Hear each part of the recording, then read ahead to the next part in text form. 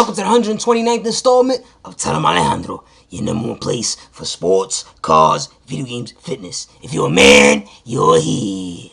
Mr. Alejandro's about to tell him. What you about to tell him, Alejandro? I'm about to tell him about the highly competitive game between the Carolina Panthers and the New York Giants in Week 15 of the 2015 NFL season. Tell him, Alejandro! TA drinkers, my New York Giants recently played against the Carolina Panthers and they lost, unfortunately, 38-35. This game, in my opinion, TA drinkers, this has been the best regular season game of the 2015 NFL season thus far. I can't wait to see more sexiness in the playoffs. Nonetheless, the Panthers were up 35-7 at one point in this game, and the Giants scored 28 unanswered points from the end of the third quarter all the way through the fourth quarter to tie the game 35-35. This almost became one of the biggest comebacks in NFL history. But the Carolina Panthers were able to seal the deal late in the fourth quarter, get the field goal, which is 3 points, and win by 3. But we got to talk about all the ruckus that went on mid-game. Started the game, ended the game, all that stuff. We got to talk about my man's Odell Beckham Jr. versus the cornerback for the Carolina Panthers, Josh Norman. These are two people who do not like each other, and they went at it in this game. Now, usually when we see people who are considered one of the best at their positions go against each other, in any sport, there's some type of mutual respect. But not with these two players. These cats did not like each other. It's time to break it down, baby. My man, prior to the game, Odell Beckham Jr. and Josh Norman, in my opinion, I feel like there was something going on between them. They wasn't really feeling each other. Probably some type of trash talk leading up to the game throughout the week and also before the game. Word on the street is the Carolina Panthers brought some black baseball bats to the field prior to the game beginning,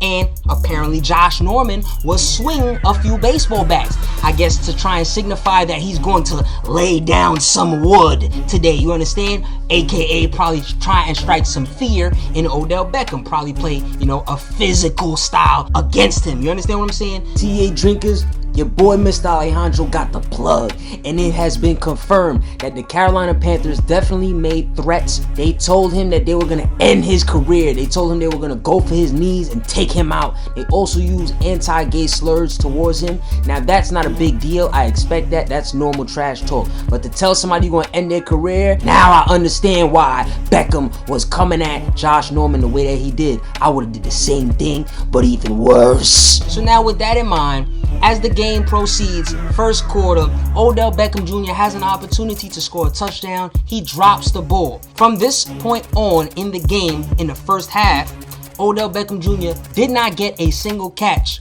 but there was mad fighting going on between Norman and Beckham. Usually you see things like this between fat boys, the 300-pounders, the guys in the trenches, the goons, you feel me?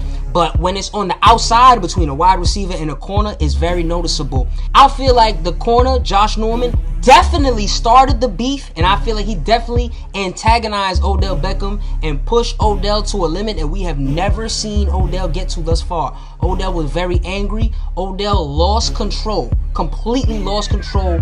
Odell beat this guy up damn near with a helmet on, you feel me? Now, y'all know your boy Mr. Alejandro loves a goon in the paint. So to be real with y'all, a lot of the plays, a lot of the physical plays between them after the whistle and all that, I had no problem with.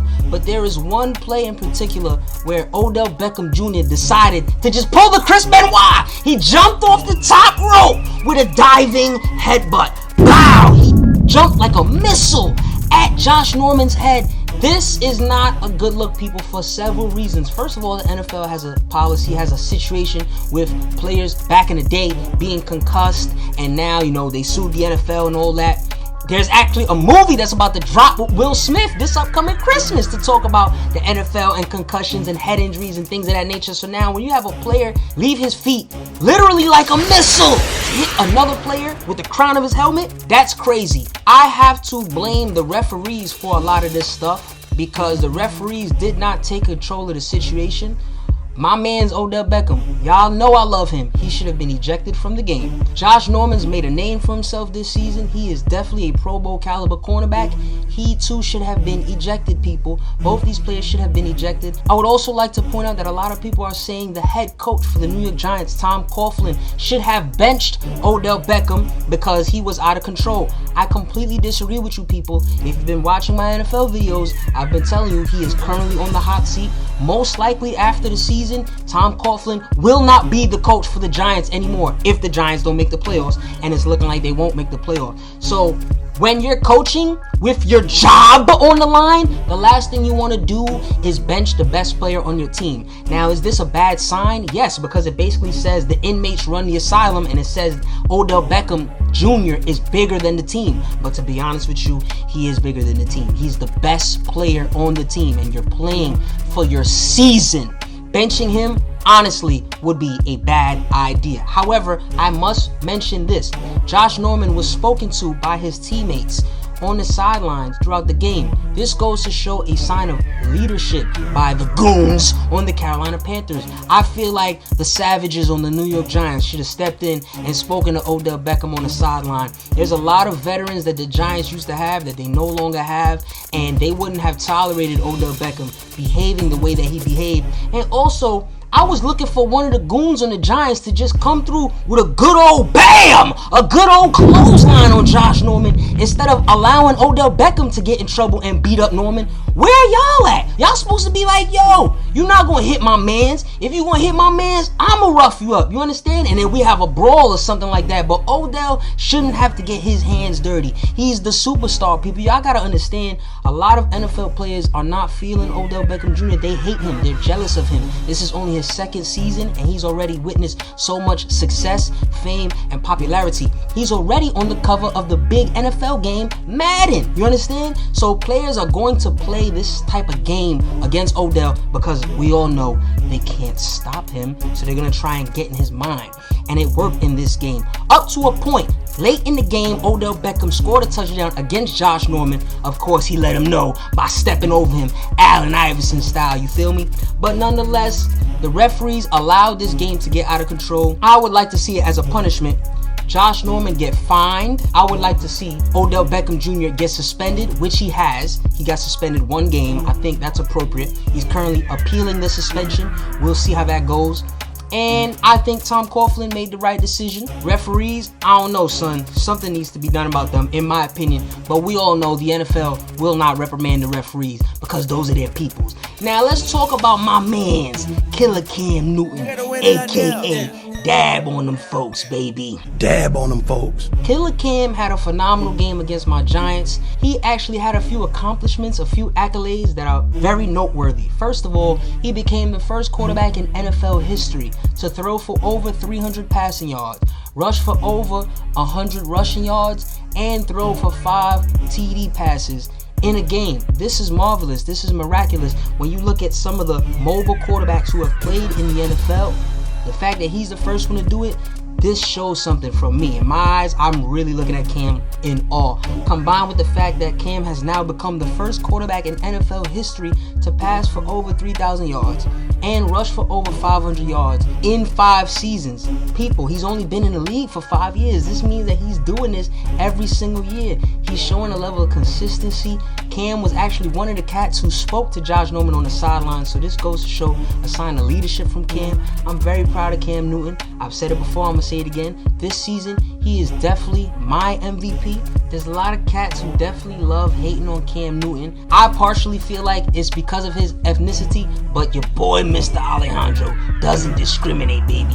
I like all people, all shapes, all sizes, especially when I see an athlete playing at the level that my man's Killa Cam is playing at. He now has led his team to a 14-0 record. They're looking at a possible 16-0 regular season, and they're looking at the opportunity to go undefeated for the entire season and win the Super Bowl. This is big, people. A lot of cats was watching the Golden State Warriors when they were on their winning streak in the NBA, and quietly the Carolina Panthers have a winning streak and nobody's watching it. Nobody's talking about it. It's time to take notice. This team is really doing something special, and Cam Newton is the leader at the realm, you feel me? So shout out to Killa Cam. Shout out to the Carolina Panthers. I see y'all. As for my New York Giants, unfortunately, it's not looking like they're going to make the playoffs.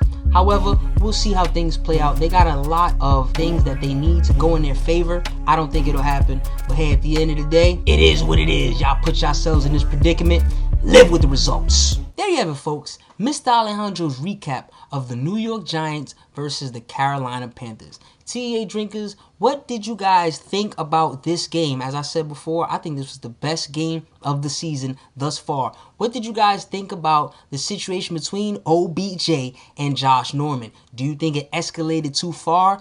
Are you blaming the referees? Are you going to blame the head coaches? Do you blame the players? Who are you holding responsible, and in what order? And what about my man's Killa Cam? How do you feel about his performance throughout the season and as well as in this game? TA drinkers, tell them in the comments. Tell him. Tonight's flower-flavored bow tie is brought to you by Countess Mara.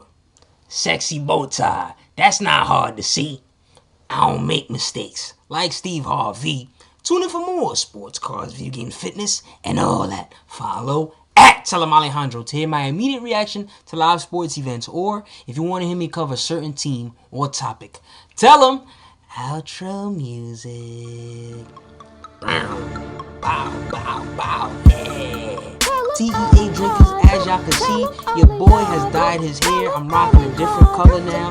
And the reason why I did it is because my birthday recently passed, baby.